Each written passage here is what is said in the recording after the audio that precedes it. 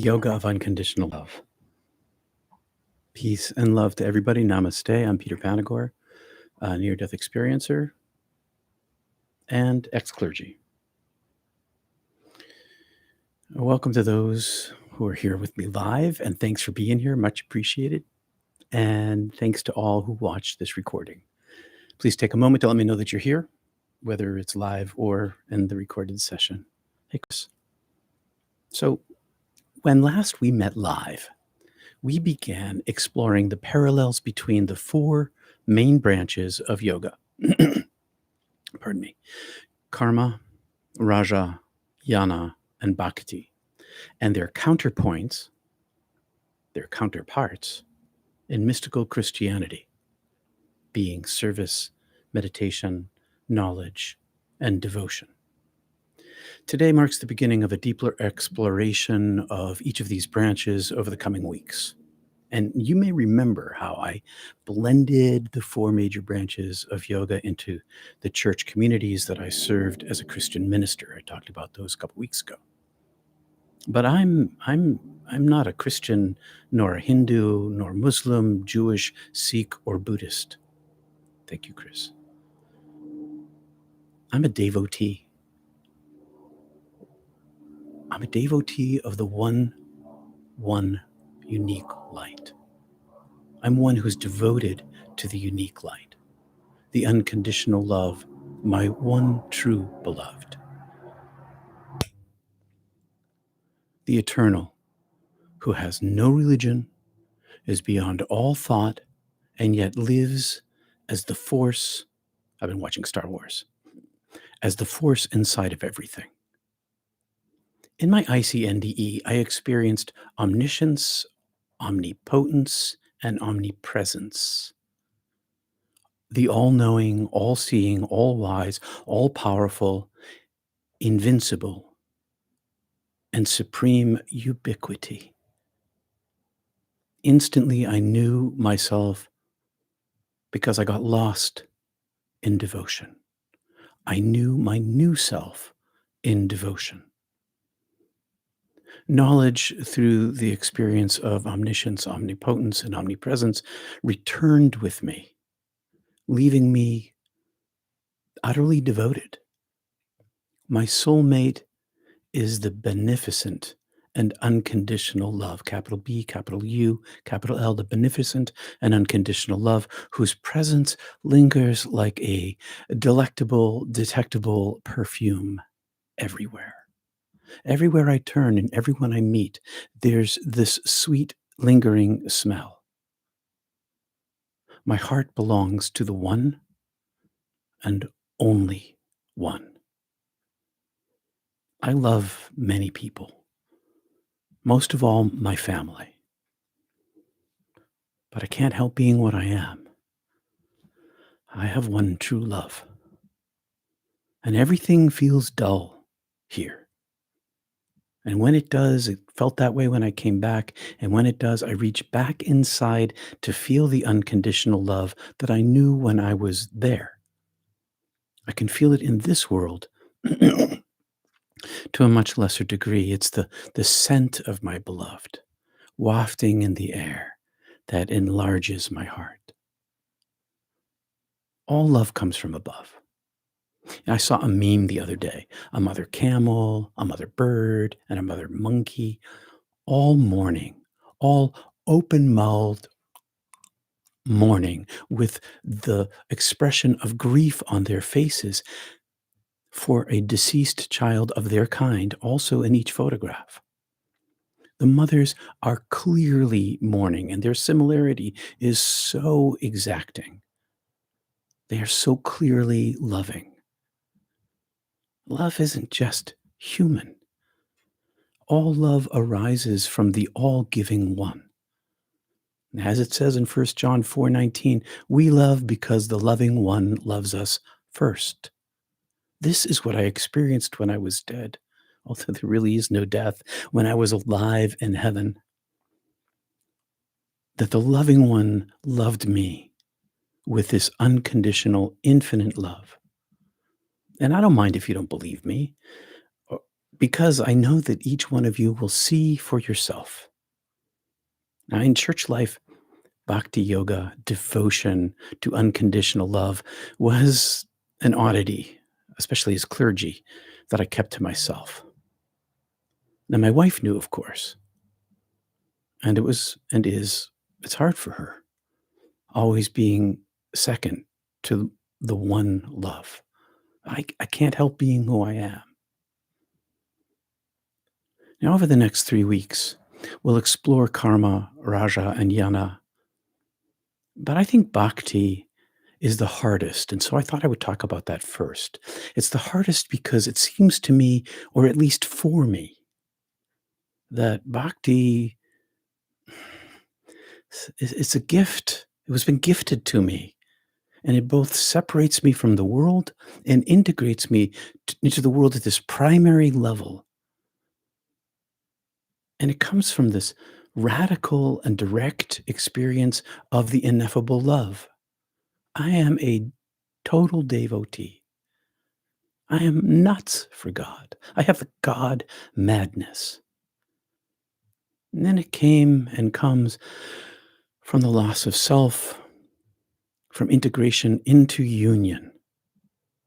And as such, I don't really know how to teach it now or even when I was in church.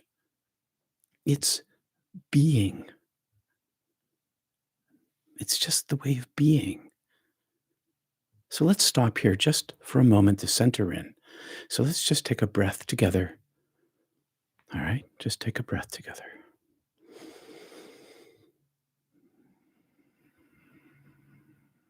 Reach down into your belly and up into your heart.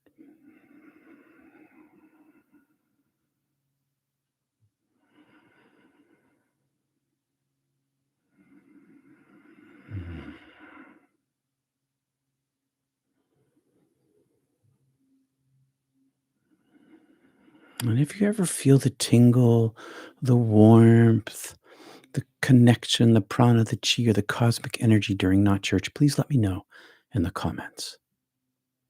Now, adoration is a word that I use to express my devotion. I adore God, Source, with all my heart, mind, and soul, and I can't help it. And often enough in my younger years, I wished that I didn't. It was a burden to be separated from not only the one that I loved, but in the world, not being able to be with the one that I loved. Adoration was this beatific after gift that returned with me into this self chosen exile of life. And I found devotion or bhakti living inside me when I returned. And it tasted bittersweet.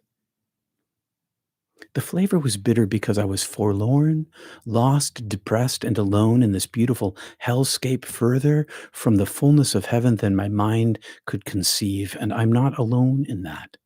Many near death experiencers suffer a similar depression. And sorrow and longing and unrequited desire drove me inside. And immediately and continually to the only solace I could find through Raja Yoga, centering prayer meditation, and soon to Kriya and Kundalini Yoga.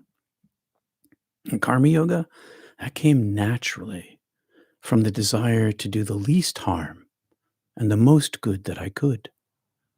Karma Yoga wasn't a moral choice so much as an uprising inside of me as a result of this bhakti, this devotion. And soon enough, I began Jnana Yoga, the acquisition of mystical knowledge through studying ancient texts, figuring that it was more likely to find value in the ancient texts that have been in print for centuries than anywhere else. Now, these three yogas, Raja, Jnana, and Karma, they're all in my life driven by devotion, by bhakti, by knowing that I am eternally and unconditionally loved. And I can't teach this experience of unconditional love. And I can't teach it now, and I couldn't teach it in church. I could and did encourage the practices of karma yoga or Christian service with success. There is this thing that happens when you give of yourself that you receive more than you give. With Raja Yoga or Christian meditation, I was only successful with a very few. And most of the church members saw no value in stilling the mind. Good people that they were. And Jnana Yoga, which in the Christian context is knowledge of mystical theology, well, this I taught indirectly by bringing it forward through the teachings of Yeshua, Jesus, and the Jewish prophets. There is light in the Bible when one peels away all the excess, all the humanness, the human egos. Now imagine my surprise when in the first year after my NDE, I read the Katha Upanishad. This is an ancient Hindu scripture. In the Katha Upanishad, it says that the soul, the Atman, resides in the heart. And when I returned from my lengthy, icy, near-death experience, that journey, my angel, reinserted me into this body through my heart, right here. And from here, I could look back toward heaven. And having seen the painting of the Sacred Heart of Jesus when I was a kid, where he holds his radiant, fiery heart with wings and an aura in one hand outside of his chest, having experienced this same heat of my heart, I aimed my heart in my life toward heaven. And I'm encouraging you to do the same through karma, service, raja, meditation, and head, jnana, knowledge, mystical knowledge. These became my practices of devotion. I've mostly talked about Raja Yoga here and not church. But truly, Karma Yoga played a huge part, and Jnana too. But listen, you don't have to worry. The only one you need in life is really Karma Yoga. You don't need to practice any of the others. Not really. If you give love and kindness and charity and compassion in life, even if you're an atheist, even if you've never had an experience, if you love the ones who love you, then all is well for you. If you're kind to those who love you and kind to those who don't. In the New Testament Epistle of James, there's a key passage regarding faith and works. It's James 2:14-26. And this passage discusses the relationship between faith and works. And it emphasizes that faith without works is dead, or devotion without karma yoga is dead. James argues that the true faith in the divine should manifest in actions. And this is my experience. It rises up on its own, good deeds or good works, and these works demonstrate what can't be shown otherwise. I can't show devotion. I can't teach devotion. I can demonstrate it with my works. And this is true for everyone who's had a mystical experience. You can't prove your mystical experience. There's very little evidence. And yes, for some NDErs, we know that they've died because there's clinical proof. But for many of us, there just isn't. And even if there is clinical proof, it doesn't show the near-death experience. All we have is how we act in the world. And that is karma. So here it is. Here's the notable excerpts from this passage in James. What good is it, my sisters and brothers, if someone claims to have faith but has no deeds? Can such faith save them? Suppose a brother or a sister is without clothes or daily food. If one of you says to them, "Go in peace to love and serve the Lord, keep warm and well fed," but does nothing about their physical needs, what good is it?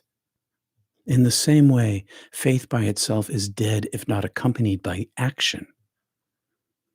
And action is prayer. As the body is without the spirit, as the body without the spirit is dead, so is your spirituality without deeds. These two things, the doing arises from the being, the action of the karma yoga arises from the devotion, but the devotion is fed by the action. And there's this cycle that happens. The more I give, the more I get. The more I give, the more I get. It's a circle. And if you want devotion in your life, live your spirituality in the world. It's not this lofty thing separate from where we are. And yes, of course, we fail at it all the time. But it's this love that you're trying to live in the world. And be what you say you are. As Rumi wrote, in generosity and helping others, be like a river. In compassion and grace, be like the sun. In concealing others' faults, be like the night. In anger and fury, be as if you have died. In modesty and humility, be like the earth. In tolerance, be like the sea. And here's the line right here. Exist as you are, or be as you look. If you're living a spiritual life, if you're engaged in your inner journey, then naturally it will impact the outer world. So you don't have to worry about it. You will behave more compassionately and more kindly. And the more you behave more compassionately and kindly, the more you feed your heart, going out and coming in, going out and coming in. And ask for nothing and gain everything.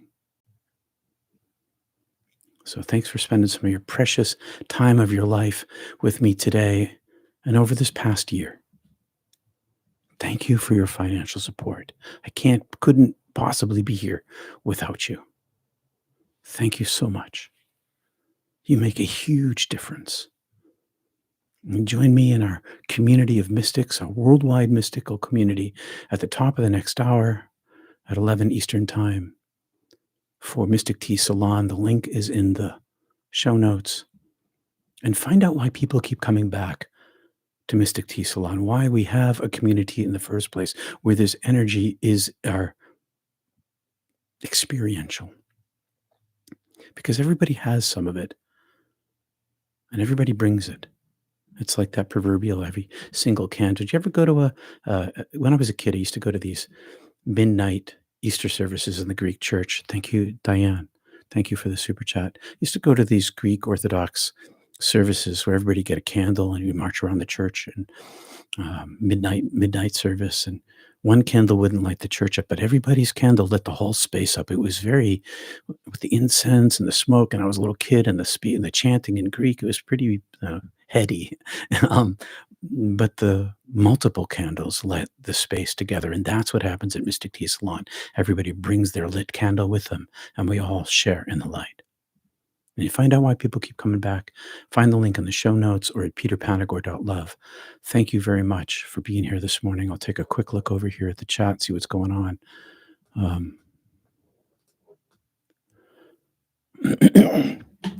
Finding Not Seeking with Julie Hoyle. The worst pain is the pain of longing for the beloved. Amen to that. It's like the grief beyond words. Karma yoga helps. Bhakti is the gift of love and fusion from God. This is exactly what I'm trying to say. You sound like a near-death experience here, Julie, or a mystic, or both. It is worst pain. I agree. These words communicate such wisdom, great wisdom and depth. Thank you, brother Ed. Thank you. I'm sorry I didn't get back to you last week. I was off traveling. I did see that you contacted me. My sister lost her only son last month. I am so sorry to hear that, Nadine. My condolences to your sister. She felt he visited her yesterday and felt peace and whole. It gave her so much comfort. This is This is what happens. And these after death communication experiences, I'm sorry for your sister and my condolences to her, but I'm grateful that her son came back to her to give her this gift, to transform her grief, to show that he is not dead, that he still lives, although he's not in his body. That's a mystical experience, Nadine. And I'm glad you shared it here. That is fabulous. I know that it doesn't come to everybody, and lots of people want it, and it doesn't come. Why it doesn't come, who knows? I don't know. But when it does come, it's transformative. That's a blessing for her. I'm so glad to hear that. Spirituality without deeds is dead. This is true. Good morning. Hey, Pat, out there in Bellingham. Hi, Andrew. Good to see you here, Andrew. Diane, thank you. Always so enlightening. Thank you. Let's celebrate their fifth super on a live stream. Let's celebrate their fifth super on a live stream. I'm not sure what that is. Fifth what? I'm not sure. Hi, Diane. Thanks, Ellen. All right. So I will see you all. Thanks again, Clifford, for the super chat. I'll see you all at the top of the hour in a few minutes. In the meanwhile, namaste. Peace and love. See you soon. Thanks for being here. Hi, Lynn. Hi, David.